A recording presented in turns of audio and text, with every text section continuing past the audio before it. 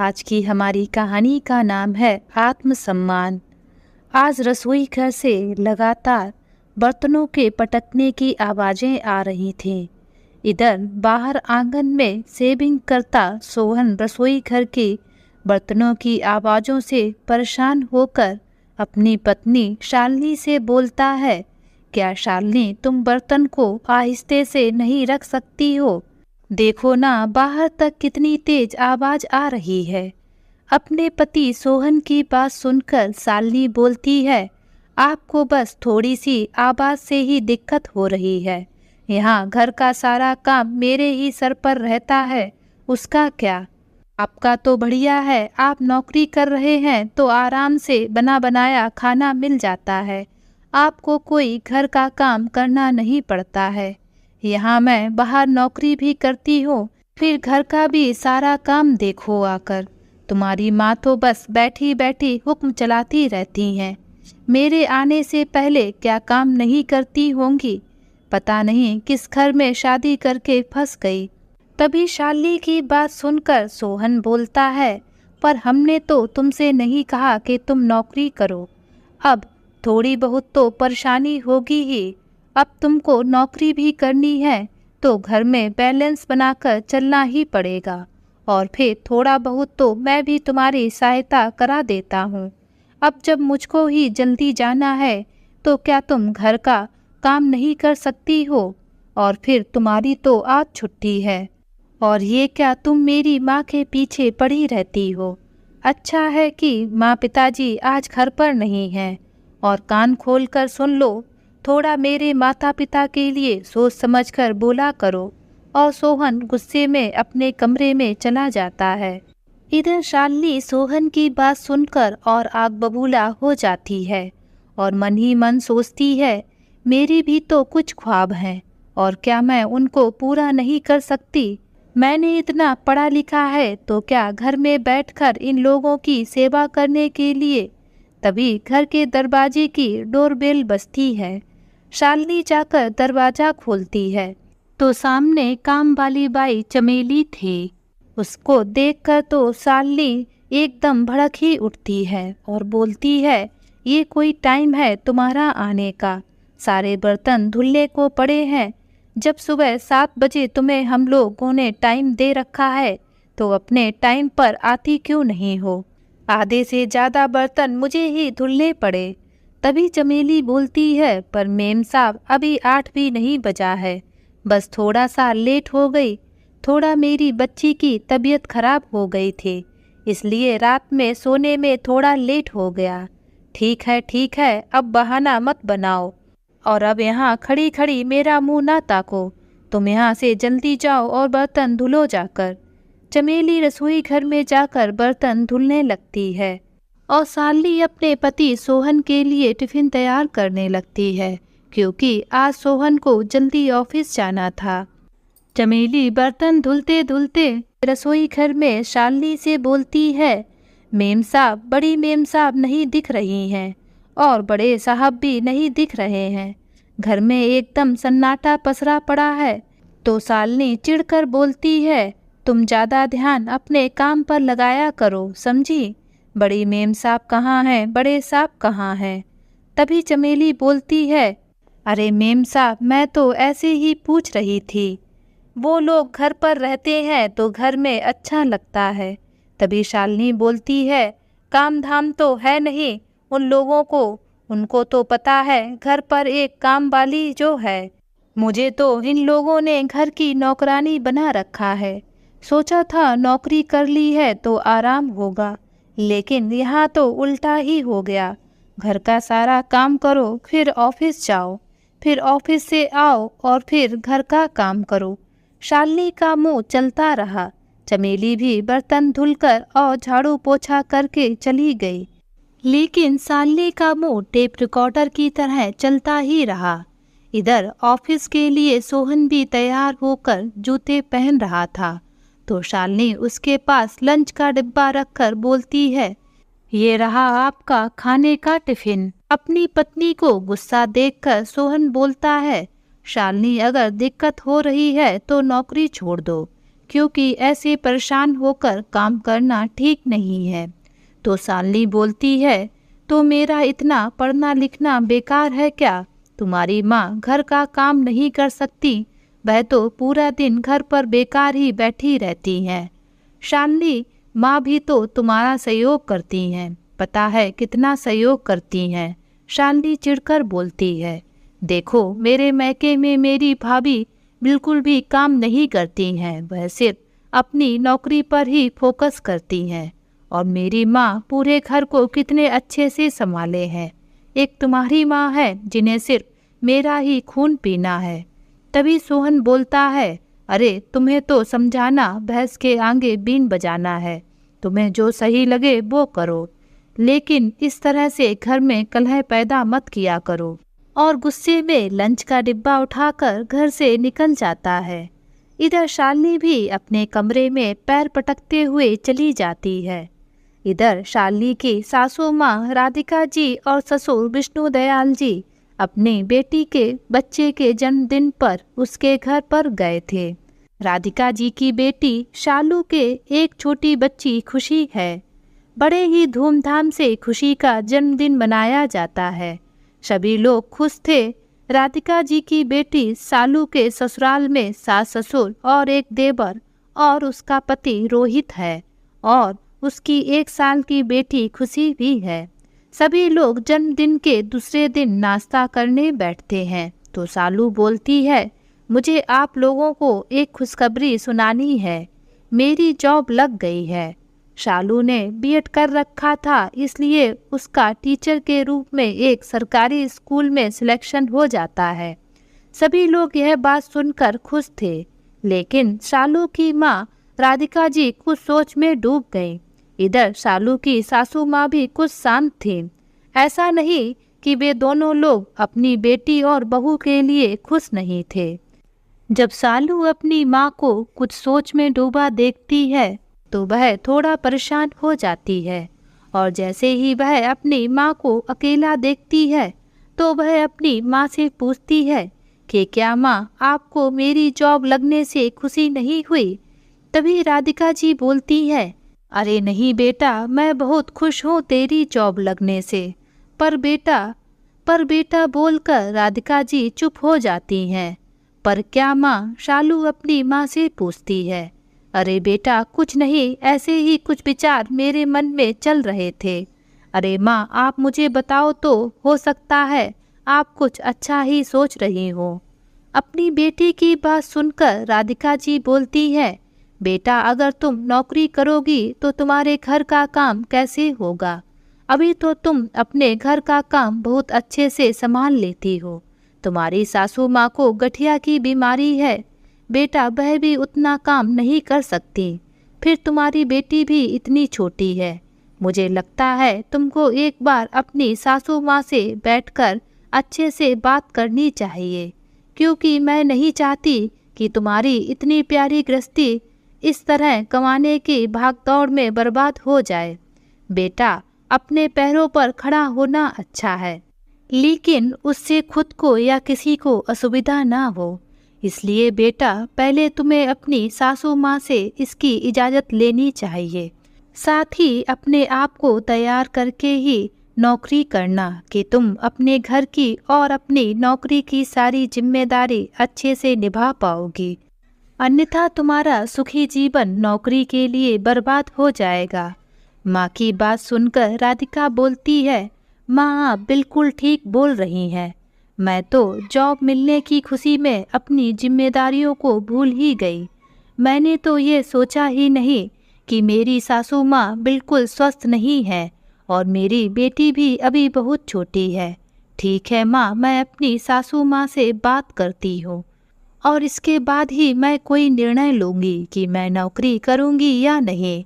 आप बिल्कुल भी चिंता ना करें, मैं अपने सारे दायित्वों को अच्छे से निभाऊंगी। और ऐसा बोलकर शालू अपनी माँ के गले लग जाती है और तुरंत ही अपनी सासू माँ के पास जाती है।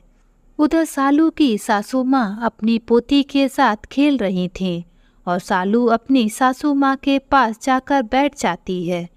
तभी सालू की सासू माँ बोलती हैं, अरे सालू बेटा क्या हुआ, कुछ काम था क्या?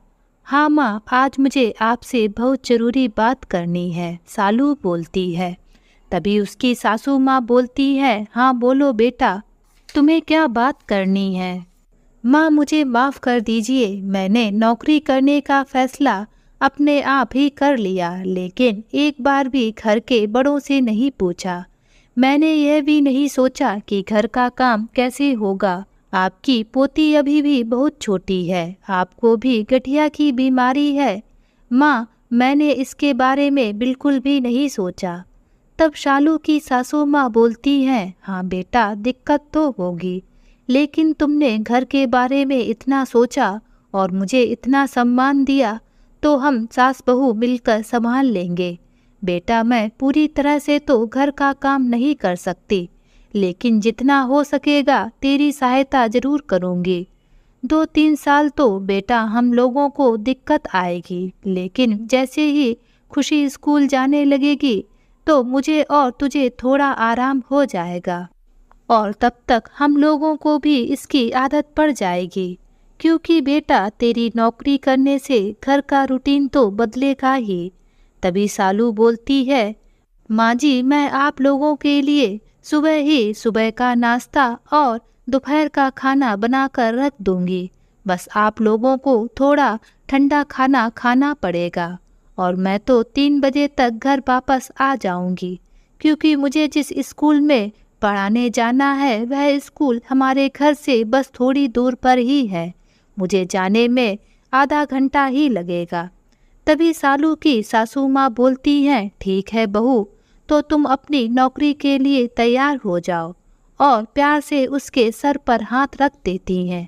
बेटा आज जैसे तुमने समझदारी दिखाकर आपस में बात करके समस्या को सुलझा लिया, ऐसे ही घर की बागडोर हमेशा संभाले रहना। सालू खुशी खुशी अपनी सासू माँ के गले लग जाती है और उनके कमरे से चली जाती है और अपनी माँ राधिका जी को सब बात बताती है। तब राधिका जी सालू से बोलती है, बेटा अपने सास ससुर को कोई तकलीफ ना होने देना, सदा उनका ध्यान रखना। तब शालू बोलती है, हाँ हाँ माँ, मैं आपके संस्कारों पर उंगली नहीं उठने दूंगी। अभी माँ बेटी बातें ही कर रहे थे कि तभी राधिका जी के पति विष्णु दयाल जी कमरे में आते हैं और अपनी पत्नी से बोलते हैं, क्या राधिका जी अपनी बेटी के घर रहने का ही इरादा बना लिया है क्या? 10 बज चुके हैं, जल्दी से तैयारी करो, 12 बजे हमारी ट्रेन का टाइम है। ऐसा ना हो तुम माँ बेटी के बतियाने के चक्कर में ट्रेन ही छूट जाए।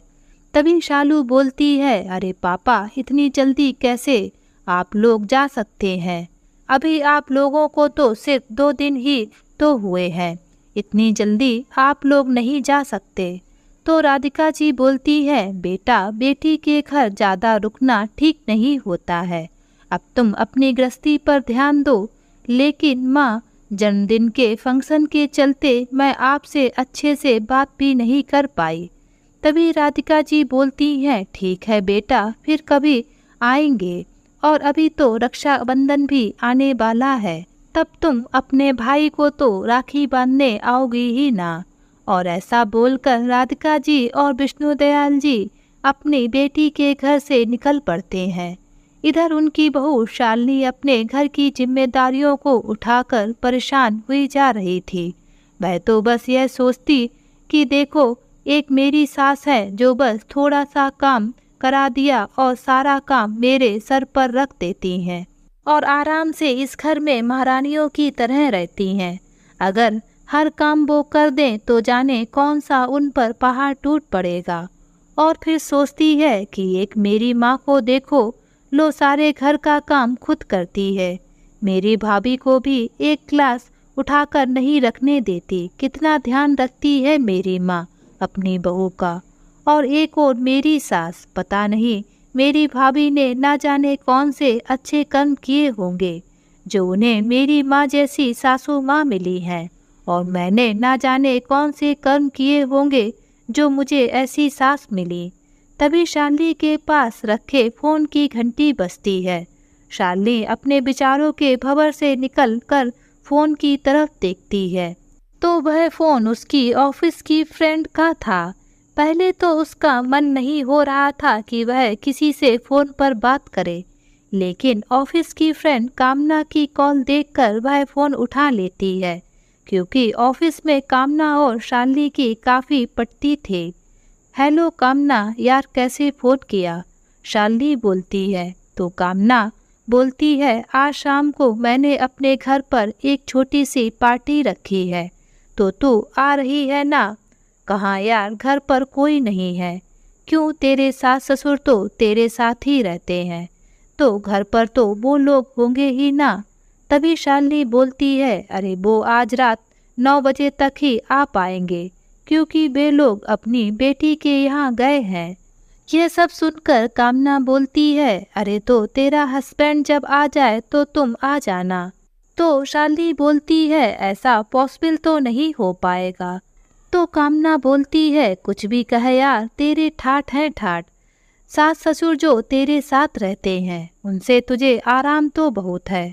तभी शालिनी बोलती है, क्या खाक आराम है, ऑफिस जाने से पहले घर का सारा काम करके जाओ, लौट कर आओ तो तुरंत ही किचन में घुस जाओ, सारा दिन काम ही काम। मज़े तो तेरे हैं जो तू अकेले रहती है और किसी की रोका टाकी भी नहीं है। जब मन हो काम कर और जब ना हो तो आराम कर। घर में खाना खाना हो तो बना लो, ना बनाने का मन हो तो होटल खाने चले जाओ, पर यह आज़ादी कहाँ रखी यहाँ पर। तभी कामना बोलती है, नहीं यार, कभी कभी अकेले मैनेज करना मुश्किल हो जाता है। बच्चे भी घर पर अकेले बोर होते हैं, उनको भी अकेले छोड़कर जाने से हमेशा डर ही लगा रहता है। आजकल मेट लोगों का भी भरोसा नहीं, लेकिन तू ये नहीं समझेगी। चल तो पार्टी और किसी दिन रखते हैं, क्योंकि मैंने तो सिर्फ 4-5 दोस्तों को ही बुलाने का सोचा था, लेकिन तू नहीं आएगी तो मज़ा नहीं आएगा। चल फ़ोन रखती हो और अब कल मिलती हो। शाम के 7 बज चुके थे। शालिनी को भी ऑफिस से आए 1-1.5 घंटा हो चुका था। वह रसोई घर में जाकर सबके लिए खाना बनाने लगती है, क्योंकि आज खाना बनाने वाली ने छुट्टी कर रखी थी। खाना बनाने में 8:30 बज जाते हैं। तभी उसका पति सोहन भी घर पर आ जाता है और आकर तुरंत ही शालिनी से पूछता है, क्या अभी तक माँ पिताजी घर नहीं आए? तो शालिनी बोलती है, पता नहीं क्यों नहीं आए। तो सोहन बोलता है, अरे तुमको इतनी तो तमीज़ होनी चाहिए कि एक बार फ़ोन करके पूछ लेते, कहीं वे कहीं फंस ना गए हों। तो शालिनी बोलती है, तुमको तमीज़ थी तो तुम ही पूछ लेते, यहाँ भाषण देने से तो अच्छा है। शालिनी की बात सुनकर सोहन बोलता है, अरे मैं बहुत ज़रूरी मीटिंग में फंस गया था, इसीलिए मैं उन लोगों को फ़ोन नहीं कर पाया। और हड़बड़ाकर अपने पिताजी को फ़ोन लगाता है। तो विष्णुदयाल जी फ़ोन उठाते हैं, अरे पिताजी, आपकी ट्रेन का टाइम हो गया है, आप अभी तक घर नहीं पहुँचे। अरे बेटा, वो ट्रेन थोड़ी लेट हो गई थी, बस 1 घंटे बाद हम घर पहुँच जाएंगे, तो चिंता ना कर, आराम से आ जाएंगे। और ऐसा बोलकर विष्णुदयाल जी फ़ोन काट देते हैं। राधिका जी और विष्णुदयाल जी रात के 9:30 बजे तक आ जाते हैं और दरवाजे की बेल बजाते हैं, लेकिन शालिनी दरवाज़ा खोलने नहीं जाती। सोहन जाकर दरवाज़ा खोलता है और अपने माता पिता का पैर छूकर उनके सामान को पकड़कर अंदर रख देता है और अपनी माँ पिताजी से कहता है, आप लोग फ्रेश हो जाइए, मैं आप लोगों के लिए खाना लगाता हूँ। तभी राधिका जी बोलती हैं, अरे बेटा तू आराम कर, अभी अभी ऑफिस से थका हारा आया होगा। अपनी माँ की ऐसी बातें सुनकर सोहन बोलता है, अरे माँ, बड़ी मुश्किल से तो मौका मिलता है आप लोगों की सेवा करने की, आप लोग आराम से फ्रेश हो जाइए, मैं तब तक खाना गर्म करता हूँ। इधर शालिनी अपने पति की बातें सुनकर अंदर ही अंदर कुढ़े जा रही थी। इतना ख्याल है अपने माँ पिताजी का, मेरी तो इनको बिल्कुल भी फिक्र नहीं है। और जैसे ही सोहन कमरे में आता है तो उससे बोलती है, मुझे तो कभी भी आपने खाना गर्म करके नहीं खिलाया, और गर्म करना तो दूर की बात है, परस के भी नहीं खिलाया। शालिनी की बात सुनकर सोहन बोलता है, तुम्हें तो इतनी तमीज है नहीं कि मेरे माता पिता इतनी दूर से आए हैं, उन्हें जाकर खाना ही परस दो जाकर, और उनसे हालचाल ही पूछ लो। तभी शालिनी बोलती है, हाँ हाँ, अपनी तमीज अपने पास रखो, बड़े आए मुझको तमीज सिखाने वाले, और मुंह घुमाकर लेट जाती है। सोहन ने शालिनी को बहुत बार समझाने की कोशिश की कि वह उसके माता पिता के साथ अच्छे से व्यवहार करे, लेकिन शालिनी उसकी बात एक कान से सुनती और दूसरे कान से निकाल देती। सुबह होती है, सभी लोग नाश्ता करते हैं। नाश्ता करके शालिनी और सोहन ऑफिस निकल जाते हैं। शाम के 5 बजे शालिनी अपने ऑफिस से आती है और दरवाजे के बाहर सैंडल उतारकर अंदर घुसती है तो सामने सोफे पर अपनी सासू माँ राधिका जी को देखकर अंदर ही अंदर कुड़ जाती है और कमरे में जाकर कपड़े चेंज करके किचन में चली जाती है। पता नहीं किस जन्म का बदला निकाल रही है ये बुढ़िया मुझसे। ऐसे महारानियों की तरह छुई मुई बनकर बैठी रहती है जैसे मेरी शादी से पहले इनके लिए 10-15 नौकर लगे हुए थे जो इनके आगे पीछे घूमते रहते थे। थोड़ा सा कामकाज करने में ना जाने इनके शरीर में क्या हो जाएगा। सब कुछ मेरे भरोसे छोड़कर आराम फरमाती रहती हैं, जैसे मैं इस घर की नौकरानी हूँ। बाहर से काम करके थक कर आओ और जैसे ही घर में घुसो रसोई घर के काम में लग जाओ। शालिनी अपना सारा गुस्सा आटा गूंदने में निकाल रहे थे। ऐसा नहीं था कि शालिनी की सासू माँ राधिका जी को बहू के बड़बड़ाने या उसके खींचने का भान नहीं था, लेकिन वो भी अपने हट पर थे। अपनी बहू की बड़बड़ाहट को वह एक कान से सुनती और दूसरे कान से निकाल देती। अगर कहा जाए तो राधिका जी की बहू अक्ल में डाल डाल तो वे बात बात थी। आखिरकार वे उसकी सास थे। असल में शालिनी एक पढ़ी लिखी लड़की थी। उसका एक सपना था कि वह जॉब करके अपने पैरों पर खड़ी हो जाए। इसके लिए उसने अपनी शादी से पहले ही नौकरी के लिए आवेदन दे रखे थे। लेकिन इसी बीच उसके लिए सोहन के साथ शादी का रिश्ता आया। तो सोहन का रिश्ता देखकर शालिनी के माता पिता बोले, बेटा लड़का अच्छी कंपनी में जॉब करता है और घर खानदान भी बढ़िया है, तो तुम शादी के लिए हाँ कर दो, क्योंकि इससे अच्छा रिश्ता हम मिडिल क्लास के लिए दोबारा मिलना मुश्किल है। तो शालिनी शादी के लिए मान तो जाती है, पर उसने एक शर्त रखी कि अगर उसकी शादी के बाद उसे कभी भी अच्छी नौकरी मिली तो कोई भी उसे नौकरी करने से रोकेगा नहीं, तभी मैं यह शादी करूंगी। आखिर मैं इतना पढ़ने के बाद यूं ही घर पर नहीं बैठ सकती। सोहन और उसके घर वालों को शालिनी की इस शर्त से कोई आपत्ति नहीं थी कि उनकी बहू नौकरी करे या घर पर बैठे, तो वे लोग भी शादी की शर्त मान जाते हैं। तो दोनों तरफ से ही हाँ हो गई और सोहन और शालिनी का खुशी खुशी विवाह हो गया। शादी के बाद शालिनी और सोहन भी खुशी खुशी रहने लगे। अभी शालिनी की शादी के 5-6 महीने ही बीते थे कि शालिनी को नौकरी का जॉइनिंग लेटर आ गया। उसने जैसे ही अपना जॉइनिंग लेटर देखा तो वह उस दिन फूली ना समा रही थी। उसके तो मानो पैर जमीन पर ही ना रख रहे हों, क्योंकि उसका बरसों का सपना जो पूरा हो गया था। तो जब रात में सब खाना खाने के लिए इकट्ठा हुए तो शालिनी ने उनसे अपनी जॉइनिंग लेटर की बात बताई। तो सब लोग सुनकर खुश हुए और उसे आशीर्वाद भी दिया।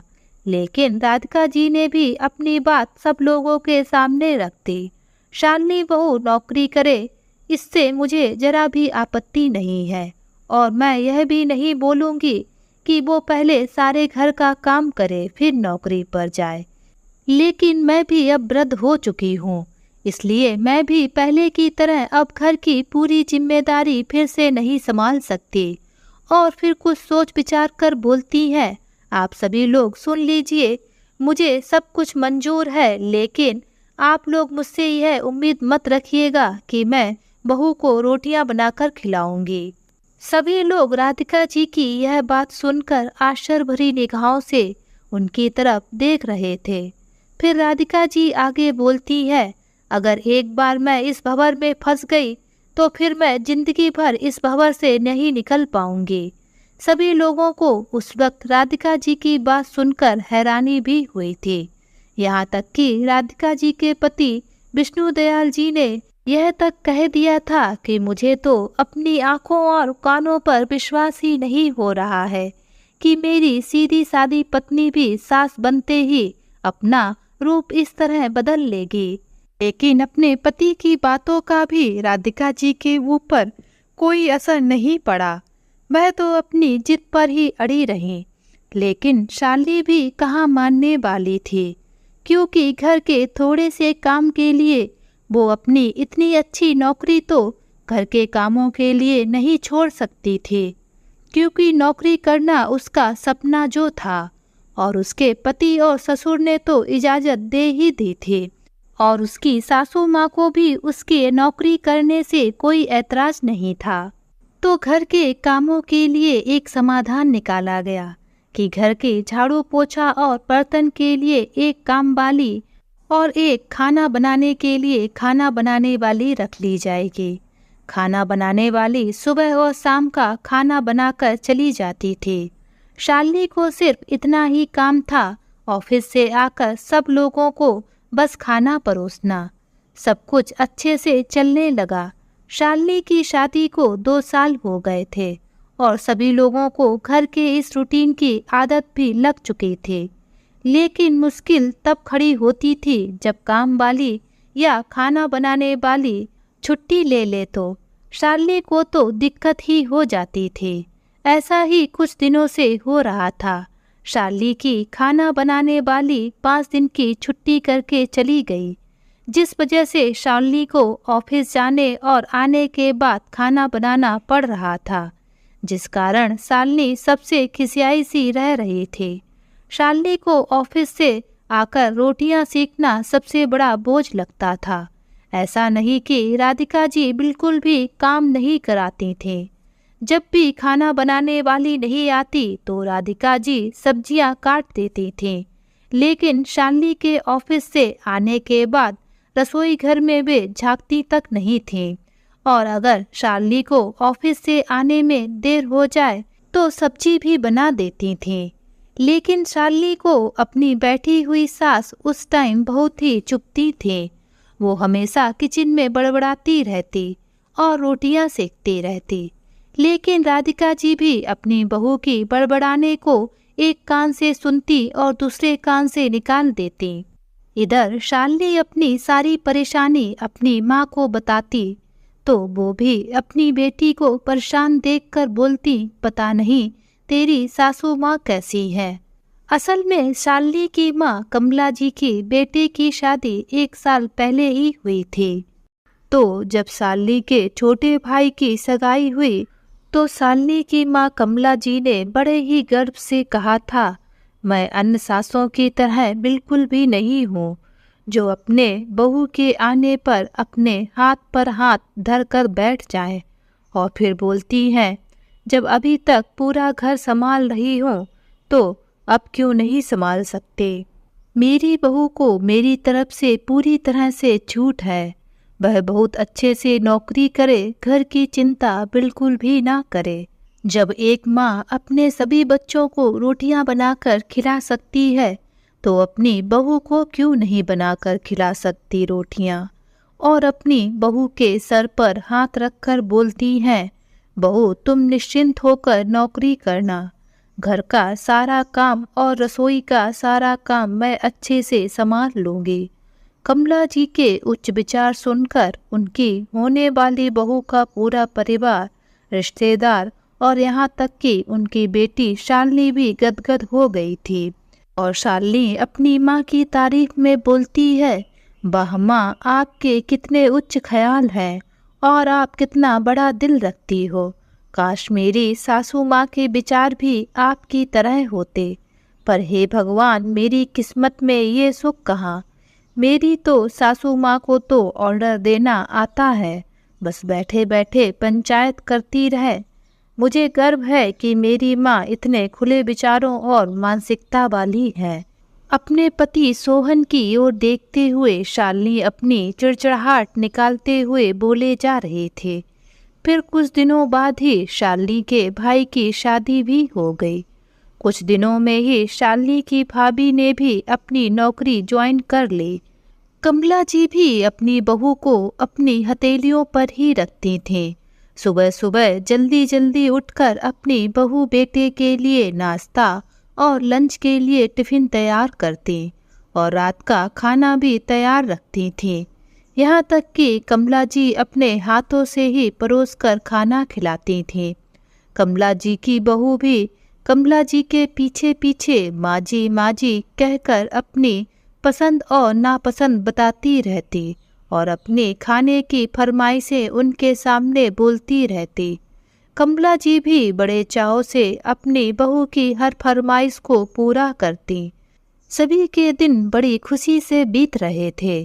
कमला जी और उनकी बहू खुशी खुशी एक साथ रह रहे थे। कमला जी ने शुरू में अपनी बहू को एक भी काम नहीं करने दिया और उसकी पसंद और नापसंद को ध्यान में रखकर खाना बनाती थी। धीरे धीरे क्या हुआ, यह प्रक्रिया अब उदासीनता में बदल रही थी। इधर शालिनी अपनी सास से इसलिए परेशान थी कि वह उसकी माँ की तरह पूरा काम नहीं करती और बार बार अपनी माँ का उल्हाना देती फिरती, मेरी माँ ऐसी है, मेरी माँ वैसी। इधर शालिनी की भाभी को कुछ भी ना करने की आदत पड़ गई थी। धीरे धीरे कामना जी भी कुछ परेशान रहने लगे और जब भी शालिनी अपनी माँ से फ़ोन पर बात करती तो अपनी सास का रोना शुरू कर दिया करती। इधर कमला जी अपनी बेटी की बात सुनकर बस हाँ हूँ ही करती रहती। जहाँ पहले अपनी बेटी शालिनी की अपनी सासू माँ को खरी खोटी सुनाने पर उसकी माँ भी चालू हो जाती थी, वहीं कुछ दिनों से शालिनी की बातों का जवाब सिर्फ वे हाँ हूँ में ही दे रही थी। शालिनी को भी अपनी माँ का इस तरह से जवाब देना कुछ अजीब सा लग रहा था। एक दिन जब शालिनी ने फ़ोन अपनी माँ को किया तो कमला जी रो ही पड़ी। तो शालिनी बोली, माँ आप रो क्यों रही हो? अरे माँ क्या हुआ है, आप मुझे बताइए। मैं हूँ ना माँ, क्या हुआ है बताओ। शालिनी की बात सुनकर तब कमला जी बोलती हैं, बेटा मैं इतना काम करती हूँ तेरी भाभी के लिए, पर फिर भी उसे मेरी कोई कद्र ही नहीं है। अरे शालिनी बेटा, मेरी दी हुई छूट ही मुझ पर भारी पड़ रही है। अरे माँ आप पहेलियाँ ना बुझाओ, सही सही बताओ। माँ आखिरकार हुआ क्या है? शालिनी परेशान होकर बोलती है और आगे बोलती है, क्या हुआ माँ, आप ऐसा क्यों बोल रही हो? आप तो भाभी का मुझसे भी ज़्यादा ध्यान रखती हैं और उन्हें किसी बात की तकलीफ नहीं होने देती थी। और फिर शालिनी बोली, क्या भाभी ने आपसे कुछ कहा है? शालिनी बेचैन होते हुए अपनी माँ से पूछने लगी। तब कमला जी बोलती हैं, क्या बताऊं बेटा, अरे अब तो तेरी भाभी सब कुछ मुझे ही कहती है। ऑफिस से आने के बाद वह एक गिलास पानी के लिए भी मुझे आवाज़ लगाती है। अरे बेटा वह यह भी नहीं देखती कि मैं कुछ काम कर रही हूँ या नहीं, बस उसे तो हाथ में ही पानी चाहिए। अगर धोखे से सुबह के नाश्ते में देरी हो जाए तो तेरी भाभी मुझे गुस्सा दिखाकर यूं ही बिना खाए चली जाती है। अरे बेटा मैं भी अब वृद्ध हो रही हूँ, लेकिन तेरी भाभी तो मुझे नौकरानी ही समझने लगी है। अरे खाने या नाश्ते में थोड़ी भी देर हो जाए तो मेरी रसोई घर में सहायता कराने की बजाय चिल्लाने लगती है और गुस्से में तेरी भाभी चिल्लाकर मुझसे बोलती है, आप दिन भर घर में पड़ी पड़ी क्या करती रहती हो, थोड़ा सा ही तो काम होता है। और रोते हुए कमला जी अपनी बेटी से आगे बोलती हैं, आखिर शालिनी बेटा तुम ही बताओ, मेरा भी तो आत्मसम्मान है कि नहीं? मैं तो तेरी भाभी के लिए बस एक काम वाली बनकर रह गई हूँ। अपनी माँ की बातें सुनकर शालिनी बोलती है, पर माँ यह तो बहुत गलत बात है। आपने भाई से बात की या नहीं? आपने उसे साफ साफ बोल क्यों नहीं दिया कि अपनी पत्नी की लगाम खींच कर रखे? आप माँ हैं, उसके घर की नौकरानी नहीं।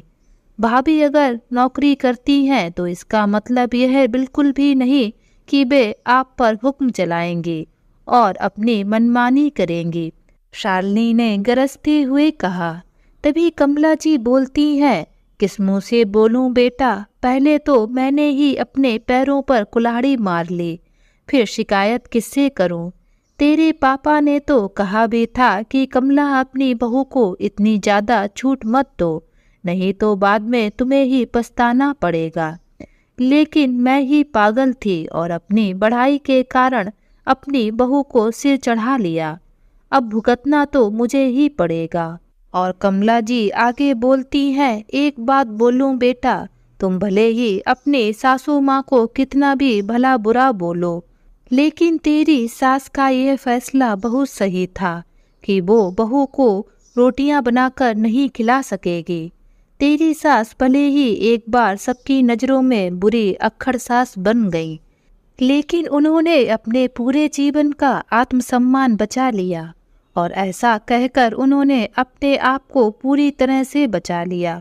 ना तो अब तू उन्हें ताना दे सकती है, और ना घर का कोई सदस्य, और ना ही कोई रिश्तेदार। काश बेटा मैंने भी तेरी सासू माँ की तरह निर्णय लिया होता तो आज मुझे यह दिन नहीं देखना पड़ता। आज शालिनी अपनी माँ की बातों को सुनकर एकदम से निशब्द सी रह गई थी। आज उसे समझ में नहीं आ रहा था कि वह अपनी माँ के लिए करे तो क्या करे, और भारी मन से फोन रख देती है। आज उसको कुछ भी समझ में नहीं आ रहा था। वह बहुत ही परेशान होकर अपने कमरे में चली जाती है और अपनी माँ के बारे में ही सोचती रहती है, और वह अपने मन में विचार करती है कि क्या माँ सही बोल रही थी कि उसकी सासू माँ ने एकदम सही निर्णय लिया था। आज वह पूरी रात इधर से उधर बेड पर करवटें बदलती रही, लेकिन नींद तो मानो उसकी आंखों से कोसों दूर थी। वह बेमन से ऑफिस गई। आज वहाँ भी उसका मन काम में नहीं लग रहा था।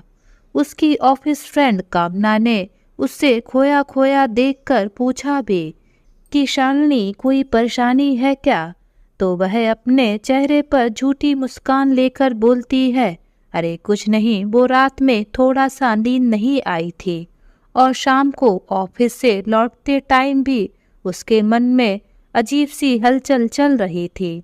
आज वो दरवाज़ा खोलकर जब अंदर आई तो अपनी सासू माँ को सोफे पर बैठा देखा, तो वह उनको देखकर चिढ़ी नहीं, बल्कि आज उसके चेहरे पर हल्की सी मुस्कुराहट थी। आज पहली बार राधिका जी को भी अपनी बहू का यह रूप देखकर आश्चर्य तो हुआ, पर वह शांत रही और चुपचाप शांति से बैठकर टीवी देखती रही।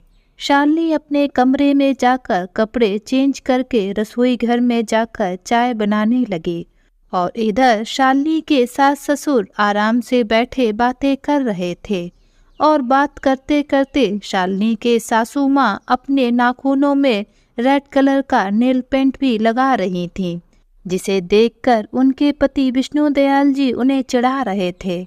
अब बुढ़ापे में आप ये फैशन किसको दिखाएंगी? और हंसकर विष्णुदयाल जी बोलते हैं, अब तो मेरी नज़र भी कमज़ोर पड़ गई है। तभी राधिका जी नखरे दिखाते हुए बोलती हैं, किसी को नहीं दिखाना मुझे, सारी उम्र तो घर गृहस्थी में उलझी रही, अब थोड़ा आराम मिला है और वक्त भी, तो क्या अपने शौक भी ना पूरे करूं? और धीरे से मुस्कुरा देती हैं और आगे बोलती हैं, और पता नहीं कब भगवान अपने घर बुला ले, समझे जी, अब तो मैं अपने पूरे शौक करूंगी। किचन में चाय बना रही शालिनी को आज अपनी सासू माँ की बातें सुनकर जरा भी गुस्सा नहीं आ रहा था, और उनकी बातें सुनकर वह भी मुस्कुरा दी, और मन में सोचती है, सही तो कह रही हैं माँ जी, एक गृहिणी को अपने लिए वक्त ही कहाँ मिलता है, पहले अपने बच्चों को पाल पोस कर बड़ा करो, और अगर काम वाली बहू मिल जाए तो उसे और उसके बच्चों को जीवन भर संभालो, और उसके बाद भी उनके जीवन भर के कार्यों को कोई सम्मान नहीं देता। काश मेरी माँ ने भी सासू माँ की तरह पहले ही कह दिया होता कि मैं अपनी बहू को रोटियां बनाकर नहीं खिला सकती। अगर बहू को नौकरी करना है तो करे, पर मुझसे यह उम्मीद ना रखे कि मैं घर के सारे दायित्वों और रसोई घर में कामों को संभालूं। आज शालिनी को भी अपनी गलती का एहसास हो गया था, और फिर 3 कप में चाय छानकर वह अपने सास ससुर के पास जाकर बैठ जाती है और हंसकर बोलती है, सही तो कह रही हैं मम्मी जी, आखिर उनकी भी तो इच्छाएं हैं। आज अपनी बहू का यह रूप देखकर राधिका जी और विष्णुदयाल जी दंग रह जाते हैं। जो बहू उनसे सीधे मुंह बात नहीं करती थी, हमेशा उखड़ी उखड़ी रहती थी, आज ना जाने उसे क्या हुआ। इधर आज सोहन भी ऑफिस से जल्दी आ जाता है, और वह शालिनी को अपने माँ पिताजी से इस तरह हंस हंस कर बात करते हुए चाय पीते देखकर दंग रह जाता है। आज उसे अपने परिवार को यूं हंसता देखकर बहुत खुशी मिल रही थी। तो दोस्तों, आज की ये कहानी आप सभी लोगों को कैसी लगी, नीचे कमेंट बॉक्स में लिखकर हमें ज़रूर बताएं। अगर ये कहानी आप सभी लोगों को अच्छी लगे तो प्लीज़ इस वीडियो को लाइक और शेयर ज़रूर करें, और मेरे चैनल को सब्सक्राइब करना ना भूलें। तो फिर मिलते हैं एक नई कहानी के साथ। बाय।